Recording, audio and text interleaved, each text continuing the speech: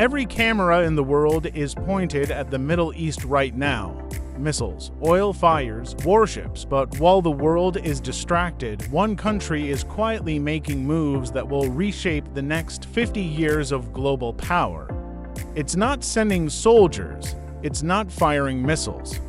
It's doing something far more powerful, and almost nobody is talking about it. When the United States and Israel launched strikes on Iran on February 28th, the world waited to see what China would do. Beijing had signed a 25-year cooperation agreement with Iran in 2021 for $100 billion of oil at below-market prices in exchange for Chinese investment and security cooperation. Iran supplies roughly 13% of China's oil imports at a significant discount. China and Iran had been conducting joint military exercises with Russia in the Indian Ocean since 2019. And yet, when the bombs started falling on Tehran, China's response was almost silent. A few diplomatic statements and abstention at the UN Security Council. Nothing more. This was not weakness, this was strategy.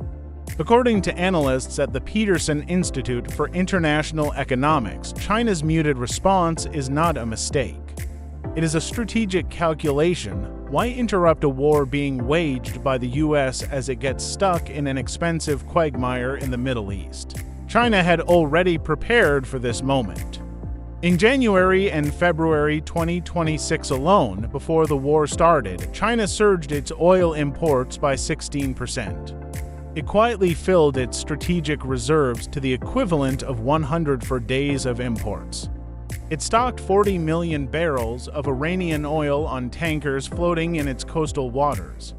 China knew what was coming, and it got ready while everyone else was caught off guard. So, what is China actually gaining from this war it didn't fight? First, military intelligence. The US-Israeli war against Iran is the most advanced air warfare operation since the Gulf War, and China is watching every move in real time. Chinese radar systems and navigation technology exported to Iran pre-war are enhancing Iran's electronic warfare capabilities. Every time an American F-15 engages an Iranian air defense system, China learns something. A prolonged U.S. military operation in the Middle East also diverts U.S. naval resources away from the Indo-Pacific, away from Taiwan, away from the South China Sea. Every week the U.S. Navy is busy in the Persian Gulf is a week it's not in the Strait of Taiwan. Second, aviation dominance. While Western airlines can't fly over Russian airspace and now can't fly through the Middle East safely, Chinese airlines can use Russian airspace freely. Chinese carriers like China Eastern are adding thousands of additional flights to Europe using shorter, cheaper routes over Russia. Western airlines are adding hours to each flight and paying double for jet fuel. Chinese airlines are cutting costs. Every ticket is cheaper. Every cargo shipment arrives faster. China is quietly capturing market share in global aviation, not by building better planes, but because its geopolitical alignment with Russia gives it an advantage no Western airline can match. Third, the technology of the future. China has near total control over the critical minerals and rare earth elements that power every EV, every drone, every battery, every AI chip. The US was already dependent on China for these materials. Beijing demonstrated its willingness to weaponize this dominance in 2025 when it imposed export controls on rare earth elements, and Washington immediately softened its posture.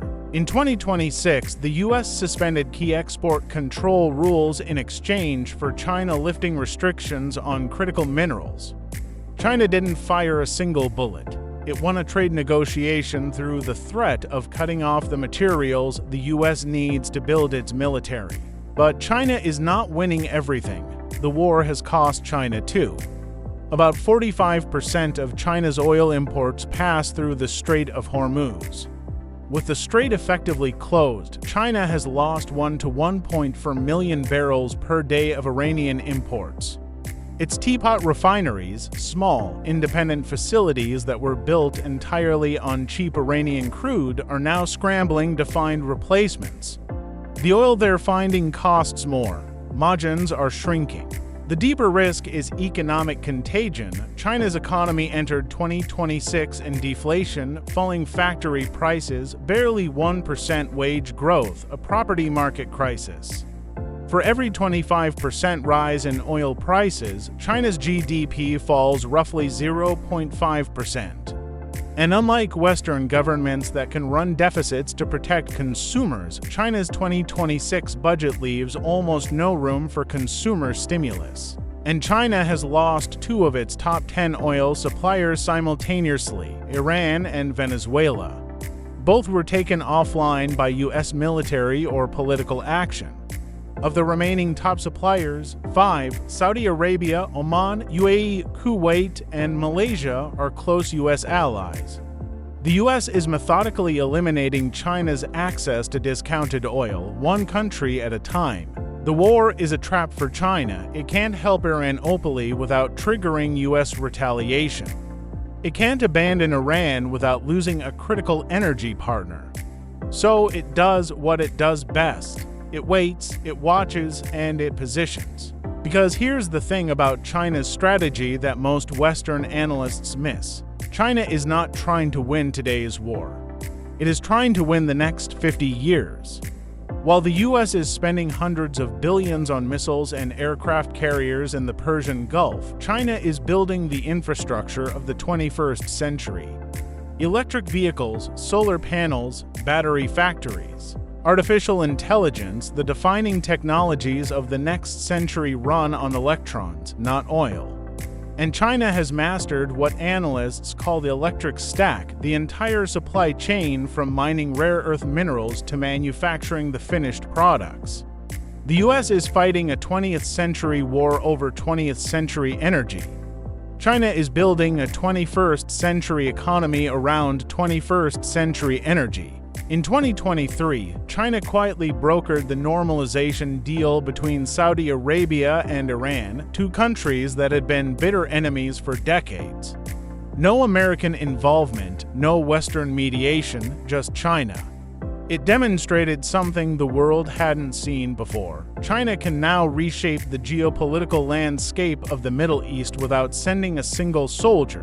In Pakistan, a nuclear state of 240 million people, China is brokering peace talks with Afghanistan's Taliban government. In Africa, as the US and Europe cut foreign aid, China is moving in to fill the vacuum. In Latin America, with Venezuela now under US pressure, China is recalibrating its $50 billion investment strategy for the Western Hemisphere. China's model is not armies and alliances. It is ports and pipelines, fiber optic cables and solar panels, infrastructure loans and technology transfers. It is the slow, patient accumulation of leverage that doesn't show up on a battlefield but changes everything over decades. So, is China winning? The honest answer is it depends on how long this takes. In the short term, China is bleeding. It lost cheap oil, it lost key suppliers, its economy is under pressure, and it has to watch as its most important strategic partner, Iran, gets systematically dismantled by American and Israeli air power. But in the long term, if the US emerges from this war overextended, financially exhausted, and diplomatically isolated, China wins. Not because it fought, but because it didn't have to. The greatest victories in Chinese strategic history were never achieved through confrontation. The Art of War, written 2,500 years ago in China, says, "The supreme art of war is to subdue the enemy without fighting." While the world watches the Middle East burn, China is reading the book it wrote. This is the real story of 2026, not the missiles, not the oil fires. It's the quiet, patient, methodical rise of a country that has been planning for this moment for decades. Follow WorldLore because the most important stories are the ones nobody is talking about.